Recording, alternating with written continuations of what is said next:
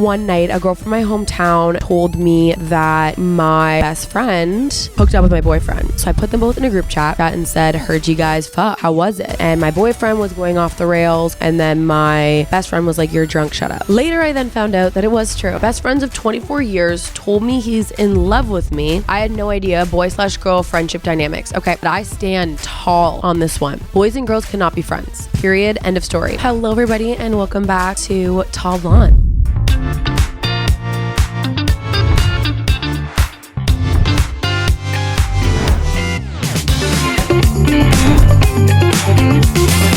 Hello, everybody, and welcome back to Tall Blonde. Now, today we're going to be talking about friendship breakups because I was watching online, and even me, I talk a lot about relationships, how-tos, how to get someone's attention, how to be a little toxic, how to try to step out of that toxicity, how to get over a breakup, all things breakups.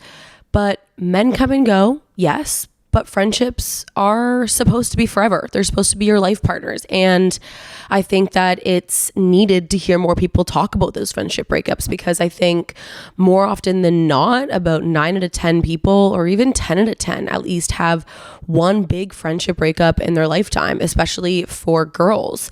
And I have friends that went through friendship breakups. Myself, I've been through quite a few friendship breakups. And it's tough. It's kind of like a grieving process, but nobody thinks that you can kind of take that time off. Or when you're grieving after a loss, you get days off of work or days off of school just to kind of compartmentalize and understand what just happened and grieve. But for something like a friendship breakup, you're just supposed to kind of get over it. And that's what I think a lot of society puts out there. And some people may totally disagree and say something totally different, which I agree with. I think that you should be able to go through those emotions with friendship breakups too and talk about it. And I just think that we should talk about it more. So we're going to get into that today because, like I said before, I've had quite a few friendship breakups. So I want to say the first one that I even remember was going all the way back to high school. And I'll kind of give a background story on that friendship breakup. And it was kind of almost like a domino effect. And I'll give that background story, and then I'll give in to how I dealt with it, and then how I wish I dealt with it. Because at the age of 24, I've learned a lot, and I don't regret anything by any means. But obviously you grow up and you realize, I wish I would have done that. But everything is a life lesson, and everything makes you a better person. So I think that the way I handled situations might have not been the best, but now it made me reflect on it to be able to tell you how I wish I would have handled these situations, so that you don't have to go through those tough times. You can kind of use me as, someone who went through something, and you can totally disagree on how I handle it, totally disagree on even what I'm saying. But now you have somebody else's perspective, somebody else's opinion, somebody else that has been through it and learned. So back in high school, I want to say I started dating somebody at grade 9 summer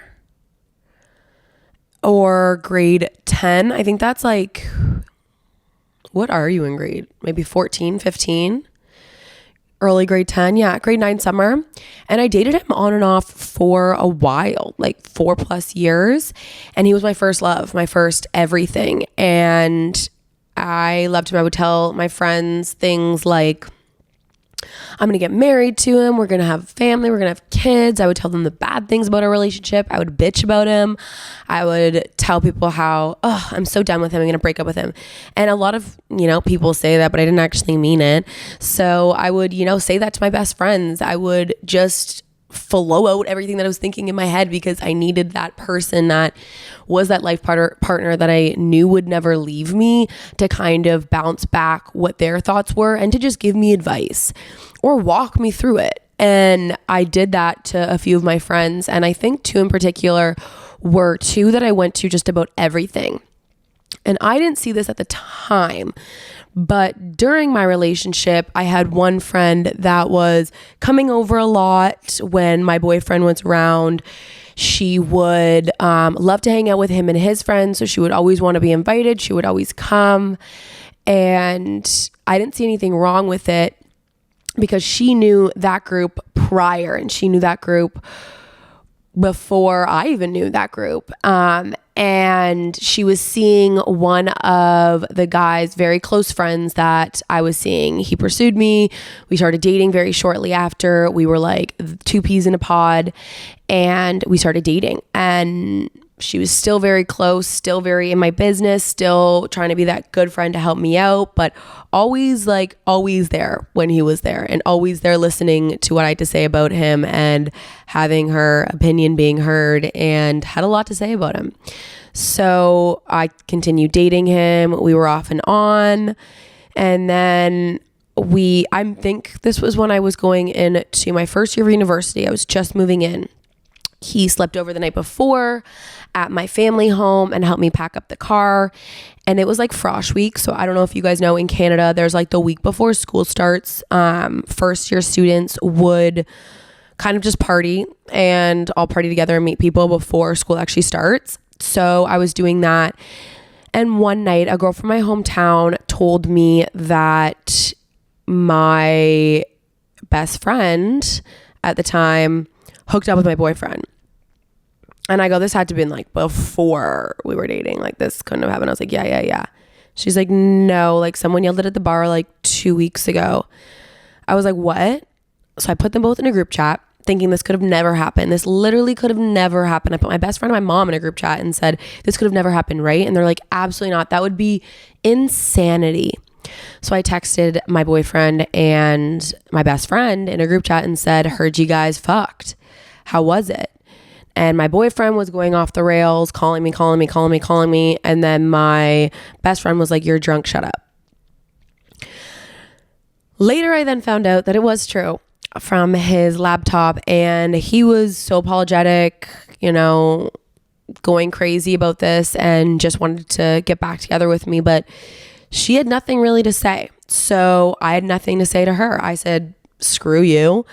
You're dead to me. Bye.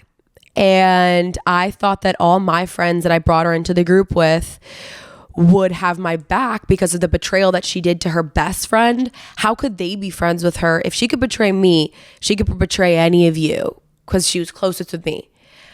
But it didn't work out like that. So me saying goodbye to one friend led me kind of be pushed away from so many others. And we were so young. I don't blame these other people by any means for picking sides, but I needed somebody at that time in my life to be in my corner and stand up for me and what's right. And I didn't get what I needed at the time, and it made me push away. And some people can disagree with that. Some people can agree with that. But those friendships that I had and not standing up for me left a huge betrayal, and it was sickening. And it started off with a sickening feeling, when like your heart goes down into your stomach and then you just like don't want to eat, don't want to do anything, don't want to talk to anyone. It definitely ruined a lot of my experience in first year university, but then it turned into anger, and I was just mad at how this could have happened to me and how someone could have done this to me after I've done so much for them. But that's people. Sometimes people do things and aren't the people that you expected them to be. And we're going to go through that. We are going to understand that people outgrow people, and there's sometimes no even explanation for it. You just wake up or you start moving on in life and you're like, I don't relate to the things that you're saying, and I don't necessarily agree, or I've, come so far to the situations that you're dealing with. I can't relate, and you outgrow friends, and that's fine. But when it's a respect thing and someone that, does something to you, you have to respect yourself enough, because you truly are who you surround yourself with. And if you let people come into your life or stay in your life after betraying you, it's like that feeling, or it's like that saying when it's like, if someone shows you who you are, or if someone shows you who they are, believe it. Because if they do it once, they can do it again. And yes, sometimes first time is an accident, and second time maybe a coincidence. But with something like that, or someone not being there for you in the way that you needed, that's who they are. And it's a sad, heartbreaking thing, but that's life. And I grieved that those friendships. I thought that they were going to be friends for life, and some of them I still consider friends. By no means I haven't talked to them in a while, but I still fully respect them. I fully wish them the absolute best, and I wish all of them the best. I know that I am the topic of conversation for some of them still, but that's okay. Like, I'm not mad at it. They are where they are, and I am where I am, and I'm over it. But it was such a huge thing in my life to go through at such a young age, emotionally, that turned into physically too, that I was just like, how could this be happening to me? But I'm so grateful in the weirdest way, in the most fucked up way ever, that this did happen to me, because I am so much stronger for it. And when my friends are going through things with their friends, I have a totally different perspective, and I feel as if I can almost put myself into their shoes at this point and take myself out of it and just put myself into how they would feel, because I have been into somewhat of a similar situation before, and I felt a hurt from friendships that I never thought I could, because you always think they're your partner, they're your ride or die, they're never going to leave you. But sometimes they do, and sometimes they aren't who you wished they would be or who you wish they would grow up to be, and people change, and that's life. But there was this one thing that I saw on TikTok today that I have to read out, and it was by Denzel Washington, and he said people you should cut out of your life. And the first being the user. So as soon as you no longer give them what they want from you, they will lose you. So those are some people that obviously reflect back into your friendships, or people that you're even thinking, you know, are they a good friend? Are they not? And listen to these. And this is, you know, a great way to understand sometimes you do need to outgrow, or not everyone needs to be your best friend. You can have people in different places of your life. You don't need to kick these or cut these people out. And I don't necessarily agree with that you should cut out of your life. I just think that you should maybe not put them in the closest circle.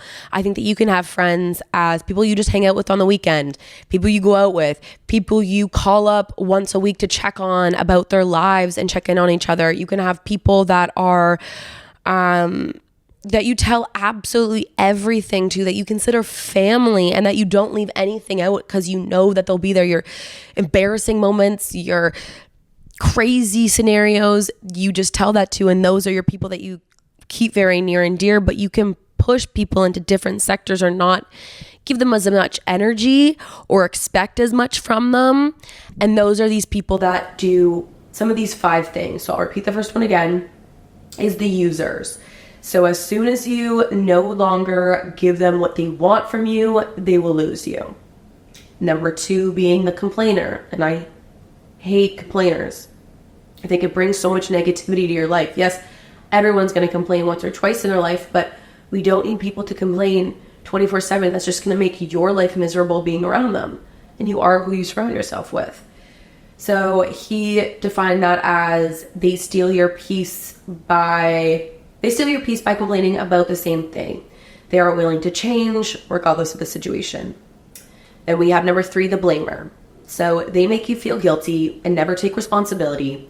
They manipulate so much that they even believe that you even start to believe that you are to blame. The competitor, and a lot of pretty girls that, you know, have a lot going for them, or are gorgeous human beings on the inside and outside, I think have a lot of people that are trying to compete with them. And this might hit home for you girlies. The ones that they might want to see you do well, but holy hell, not better than them. Let that one sink in. Some people are your cheerleaders, and some people only want you to do well if it benefits them or they're doing better. And then the abuser. So they abused everything you gave them. You don't recognize it until you're honestly just out of their life in general. And that's the sad one. And that's some that I've seen in the last couple of years. I had one friend that we went through a friendship breakup that I kind of realized that she loved to be in my social media. She loved to be posted. She didn't love to post me. She loved to bring me places or get in places. And that was someone that I think would fall under either the user or the abuser, because she was taking everything I gave or I had to abuse it into her benefit and use it into her benefit. And I think that that's also a scary one. And a lot of times people in your life that are close to you, like your mom or your dad or your sister or your another best friend that you've been friends with for a very long time, might even see it before you do. So you really do have to listen to those people when they say things like that too. And also, making friends as an adult is so hard. Like, I've had this conversation with so many people lately, especially in New York. I think this became very prevalent to me in the sense of a lot of people as an adult already have their friends. They already have their people. They already have their bubble. They don't feel the need to make new friends. But people moving and wanting to start over or ending relationships and, you know, looking to find more friends again, or not spending day to day with someone, they, you know, want to get a bigger circle and have more friends. It's hard because people have made their cliques, or maybe even in long-term relationships, and they have their couple friends and they have their life that they're okay with. They're not going out to find friends. They're kind of blocking people off.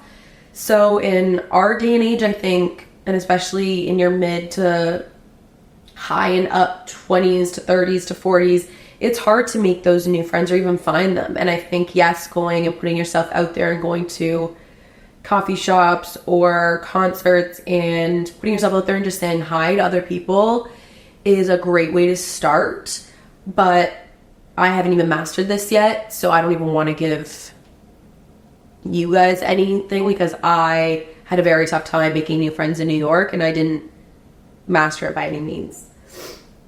But I also think it's more difficult for a friendship breakup because there is that lack of closure. There is that part of, you're probably going to see them in similar circles, because if you're friends with them or you were friends with them, you're probably doing the same things a lot more times. So you're friends with the same people, and that closure might never happen. You might never have that talk. You might just be kind of drifting apart, but you're going to see them all the time. Maybe you don't want to see them, and maybe you need to start hanging out with other people so that you, for yourself, are putting yourself first to not see them very often and to get that closure for yourself. And you might never even get a sorry for something that they did. They might not even feel bad, and that's okay. It's so hard to get closure, but closure is just, like, no answer is an answer. No text, no reach out is an answer in itself. And a lot of the times you feel lonely. You're not only missing someone that you had, like, love with, you're missing someone that you shared a lot of your life with. You know, turn to them for support, for encouragement, for your stupid mistakes that you've made, to just tell you a stupid story to make you feel better. They know a lot about you. I think it's very tough as you do get older as well, because there's so many pivotal moments in your life, and having those friends that see how you react to situations, how you go through things, what you don't want in life, what you do. Not a lot of people know that. And when you make new friends, you're trying to explain who you are, but they don't know exactly who you are until they see you through, you know, tough times, good times, great times, bad times, whatever that may be. But I always say, and this might not even make sense to some people, but you can never lose a true friend. True friends are never lost. So if someone is lost or someone leaves your life, then they were never meant to be there, and they were never a true friend in the first place. So I think, you know, everything happens for a reason, and that's something that we do have to remind ourselves every day. But almost everyone in the entire world goes through friendship breakups. So I did put on my story, tell me your story, tell me your bits about your friendship breakups that you've been through, and just let us know. Give us a little sneak peek, a little summary, so that we don't feel as crazy ourselves, and that we know that there's other people out there going through very similar or even the same or very different situations than you have with friendship breakups. So let me pull them up. I haven't even read these yet, so this is getting me need all of that. Okay. The first one, the last one, was she got mad that I wouldn't tell her who I'm dating. So your friend got mad that you wouldn't tell her who you're dating. See, I'm going to read into this, and my question is, why wouldn't you tell her who you're dating? Is there a reason why you're hiding it? Do you think that she might do something to sabotage it? Do you think that, or are you just scared? Is this just who you are and you don't tell people who you're dating because you're scared that it's going to, ruin the connection if it's too soon to tell anyone? What is that reason behind it? And you have to ask yourself that, but also she has a valid point to ask. But if she's pushing you too far and she's not meeting you where you're at with it, then that's not fair. And if she's ending a friendship over it, I think that it just wasn't meant to be. Clearly, she doesn't doesn't understand your value in, keeping your private life private. And you don't understand how she can't understand that. So you're just on different paths. And I think maybe you will get over it, but that definitely needs to be a conversation, and I think there needs to be an explanation as to why. Yes, and now I have no friends. Girl, get out there. Everyone needs a friend. Everyone needs someone to talk to hang out with, to do things with. So get out there and make a freaking friend. I will be your friend, okay? Everyone needs a friend. Why do men block you on everything? There's a lot of men that block me on things, but that is not the topic of today's conversation. We can get to that another day.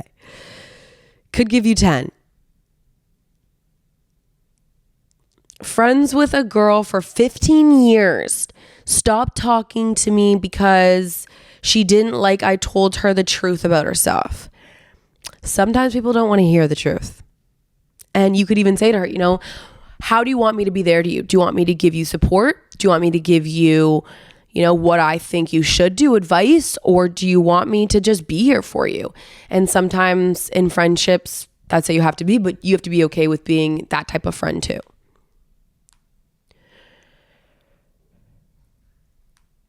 Best friend of 24. Holy crap, you guys have been friends with people for a really long time. Best friends of 24 years told me he's in love with me. I had no idea. Boy/girl friendship dynamics. Okay. I'm just going to say one thing and one thing only, and you can fully disagree with me on this, but I stand tall on this one. Boys and girls cannot be friends. Period. End of story. Well, the same sex cannot be friends, whatever that sex is that you're into or you're interested in, because one of the two is attracted to the other person. They are. Or you're going to take it too far one night and you're going to get too comfortable with each other and you're just going to hook up, or you're going to cross the line. And it happens. And I don't think that boys and girls can be best friends. I think they can be friends, but I don't think they can be best friends and talk every day and tell their whole life story to them. I think one of them has feelings, or one of them will catch feelings, or they will both catch feelings and it'll blow up in front of their face. I'm sorry, but that's my opinion. This could be very interesting. I'm excited to hear some answers. Yeah, well, listen to the freaking podcast.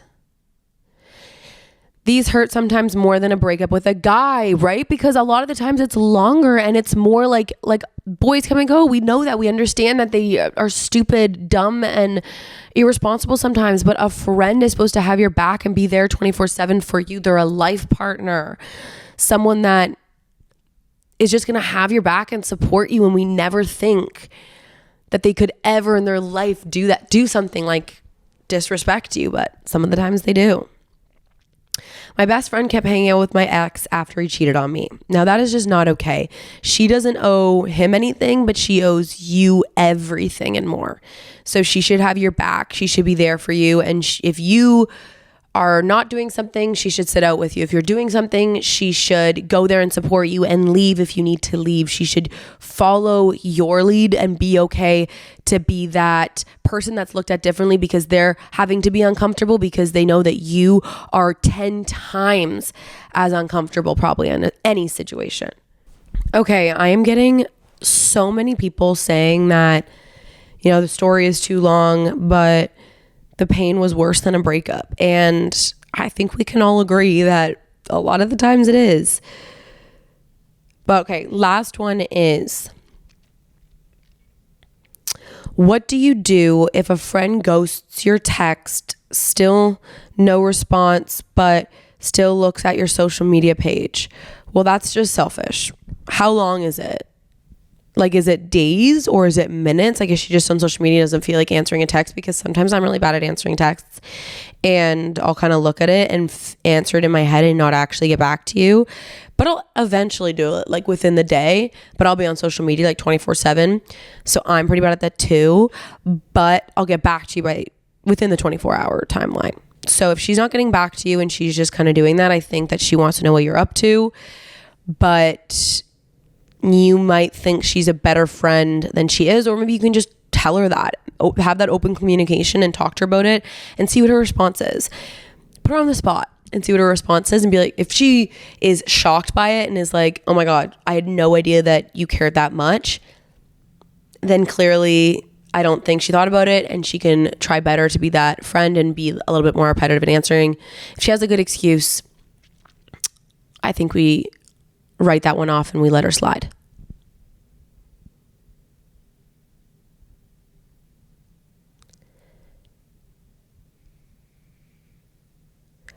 Friend misses 6-month rent, invited him in after his divorce, and he sneakily moved out while I slept.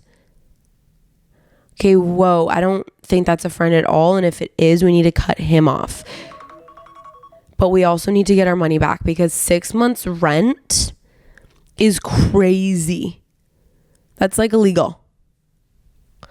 But clearly, I think that we've all been through a lot of friendship breakups. We've all been through it with friends, and it does hurt a lot, sometimes even worse than a relationship. Because I keep going back to the whole life partner thing, but like when I think of a friend, that's the only thing I can even think of, is someone that you want to do life with and go through life, and you can go through your bad times with, and they'll be there for you. You can go through your good times with, and they'll support you. Everything in life, they are going to be a good friend to you, and they're going to try their best to do that, and you're going to do the same in return. That's a true friend. That's a great friend. That is someone that you want to keep by your side and do things for, because they'll do it right back for you. I'm so happy that I'm back behind a freaking camera. I'm having so much fun, and I can't wait to just take another episode. So tune back in. Let me know what you want to hear. Anything. We will talk about it all on this podcast. Just you let me know. Love you, and I will see you next week on the Tall Blonde Podcast.